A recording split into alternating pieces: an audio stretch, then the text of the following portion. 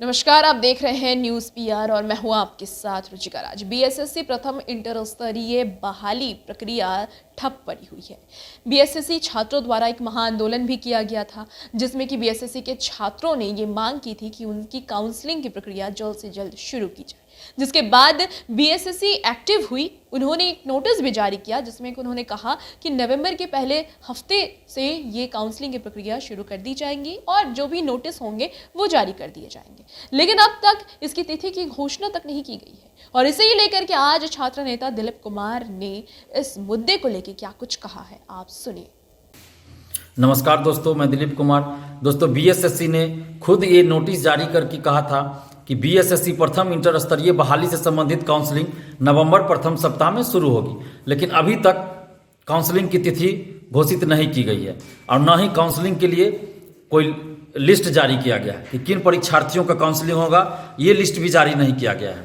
और दूसरी तरफ 727 जो नए अभ्यर्थी मुख्य परीक्षा पास किए हैं, उनके लिए टंकन और आशुलेखन परीक्षा कब होगी, ये तिथि भी घोषित नहीं की गई है। सिर्फ ये कहा गया है नोटिस में कि 30 अक्टूबर के बाद ये परीक्षा ली जाएगी, लेकिन 30 अक्टूबर के बाद किस तिथि को ली जाएगी, ये तिथि घोषित नहीं की गई है।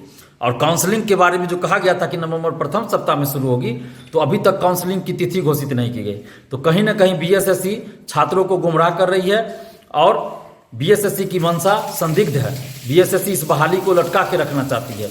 अन्यथा जब 19 सितंबर को ये नोटिस जारी हुआ था कि नवंबर प्रथम सप्ताह में काउंसलिंग शुरू होगी, तो फिर अभी तक काउंसलिंग की तिथि घोषित क्यों नहीं की गई है? काउंसलिंग के लिए लिस्ट जारी क्यों नहीं किया गया कि किन अभ्यर्थियों का काउंसलिंग कराया जाएगा? तो कहीं ना कहीं बीएसएससी की मंशा संदेहास्पद है और इसलिए एक बार फिर से हम लोगों को सड़क पे उतर के आंदोलन करने की जरूरत है। क्योंकि हम लोगों ने ट्विटर पे आंदोलन किया, तो ट्विटर पे आंदोलन से पहले ही बीएसएससी ने 727 नए अभ्यर्थियों के आशुलेखन और टंकन के बारे में नोटिस जारी कर दिया कि 30 अक्टूबर के बाद ये परीक्षा होगी, लेकिन अभी तक काउंसलिंग की तिथि घोषित नहीं की गई है। तो इसलिए हम लोग को एक बार फिर से सड़क पर उतर के आंदोलन करने की जरूरत है। और हमने पहले कहा था 1 से 3 नवंबर के बीच अनशन की बात कही थी और आंदोलन की बात कही थी, लेकिन पटना जिला प्रशासन से हमें अनुमति नहीं मिली अभी तक। इसीलिए 1 से 3 नवंबर के बीच जो आंदोलन की बात हमने कही थी वो अब नहीं होगा, लेकिन नवंबर में ही आंदोलन होगा। और हम लोग जिला प्रशासन से अनुमति ले रहे हैं। जिस डेट से हम लोग को अनुमति मिल जाती है अनशन के लिए, जिस डेट से हम लोग को अनुमति मिलेगी उसी डेट से हम लोग अनशन पे बैठेंगे और आंदोलन भी करेंगे, बीएसएससी ऑफिस में भी करेंगे। तो बीएसएससी ऑफिस के लिए परमिशन नहीं मिलता है, ये आप सबको भी पता होगा, लेकिन अनशन के लिए हम लोग परमिशन ले रहे हैं। और जहाँ का भी परमिशन जिला प्रशासन हमें दे, पटना जिला प्रशासन या गर्दनीबाग का दे या जहाँ का भी दे, हम लोग उसी जगह पे अनशन करेंगे जहाँ की अनुमति हमें पटना जिला प्रशासन देगी। क्योंकि बिना परमिशन के हम लोग अनशन नहीं कर सकते हैं, और अनशन करते भी है बिना परमिशन का तो 2-3 घंटा बाद हम लोग को हटा दिया जाएगा। और बिना परमिशन का अनशन करने से कोई फायदा भी नहीं है, क्योंकि अगर परमिशन लेके हम अनशन करते हैं तो सरकार के पास उसके पल पल की सूचना सरकार के पास जाएगी, 1-1 मिनट 1-1 सेकंड की सूचना सरकार के पास जाएगी। तो ये आवश्यक है कि परमिशन लेके ही हम लोग अनशन करें। तो जैसे ही हम लोग को जिला प्रशासन यानी पटना जिला प्रशासन से अनशन की अनुमति मिल जाती है, तो हम लोग अनशन और आंदोलन की तिथि की घोषणा कर देंगे और उसी डेट से हम लोग अनशन पे बैठेंगे। बस आप लोग एकजुट रहिए, और जो एकजुटता आप लोगों ने 23 सितंबर की आंदोलन में दिखाई थी, वही एकजुटता एक बार फिर से दिखाइए, और संख्या उससे कम से कम 10 गुना ज़्यादा दिखानी होगी। और बीएसएससी का सचिव अध्यक्ष महोदय से भी हमें कहना चाहते हैं कि आप लोग अपनी बातों पर कायम नहीं रह रहे, ये बड़े ही दुख की बात है। आप इतने बड़े पद पे बैठे हुए हैं, आप बिहार कर्मचारी चयन आयोग के सचिव और अध्यक्ष हैं, आपको अपने पद की गरिमा का ख्याल रखना चाहिए।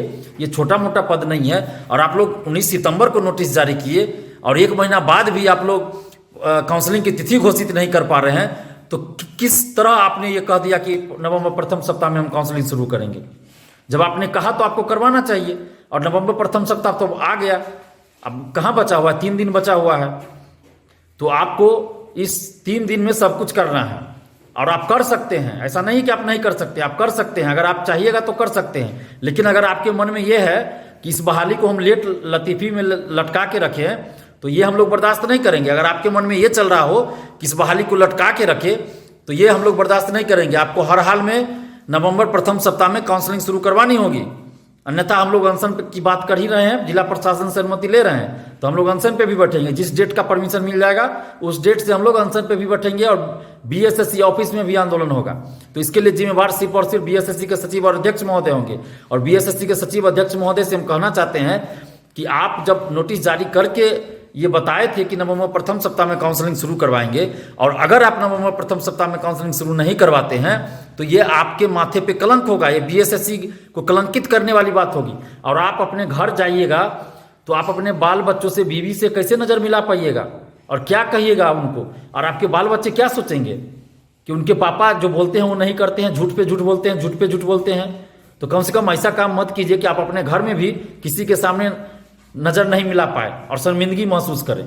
तो ऐसा काम मत कीजिए। और जो बात आपने कही थी, जो नोटिस जारी किया था, उसका पालन कीजिए और नवंबर प्रथम सप्ताह में आप काउंसलिंग शुरू करवा दीजिए। अन्यथा बिहार के छात्र बहुत आक्रोशित है और अब ये लोग कुछ भी कर सकते हैं, इनको रोक पाना किसी के बस की बात नहीं है। और हम भी अब नहीं रोक सकते हैं इन लोगों को, क्योंकि ये बहुत आक्रोशित है और 7 साल से इंतजार कर रहे हैं, मानसिक रूप से प्रताड़ित हो रहे हैं। अब ज़्यादा बर्दाश्त ये लोग नहीं कर सकते, इसलिए अच्छा यही होगा कि आप नवंबर प्रथम सप्ताह में काउंसलिंग शुरू करवा दीजिए। अन्यथा अनशन तो हम लोग करेंगे ही, लेकिन परीक्षार्थी क्या करेंगे ये हम भी नहीं बता सकते। हमें भी पता नहीं कि परीक्षार्थी क्या करेंगे, क्योंकि परीक्षार्थी बहुत गुस्से में है। तो अब आप पे ये डिपेंड करता है कि आप क्या करते हैं। आप परीक्षार्थियों के आक्रोश को झेलने के लिए तैयार हैं या फिर उससे पहले ही नवंबर प्रथम सप्ताह में आप काउंसलिंग शुरू करवा देते हैं।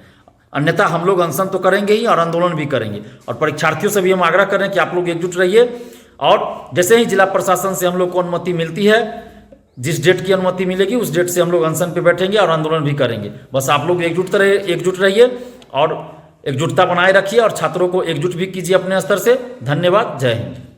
तो जैसा कि आपने सुना कि दिलीप कुमार ने सीधे तौर पर कहा है कि अब तक बीएसएससी के द्वारा कोई भी तिथि की घोषणा नहीं की गई है और साथ साथ उन्होंने एक ऐलान भी किया था कि 1 से 3 नवंबर के बीच में एक महा आंदोलन करेंगे फिर से, लेकिन प्रशासन के द्वारा उन्हें अनुमति नहीं दी गई, जिस वजह से अभी फिलहाल वो इस आंदोलन को स्थगित किए हुए हैं। उनका कहना है कि यह आंदोलन फिलहाल नहीं किया जाएगा। और भी ऐसे ही तमाम खबरों के लिए हमारे साथ बने रहिए, देखते रहिए न्यूज़ पीआर। धन्यवाद।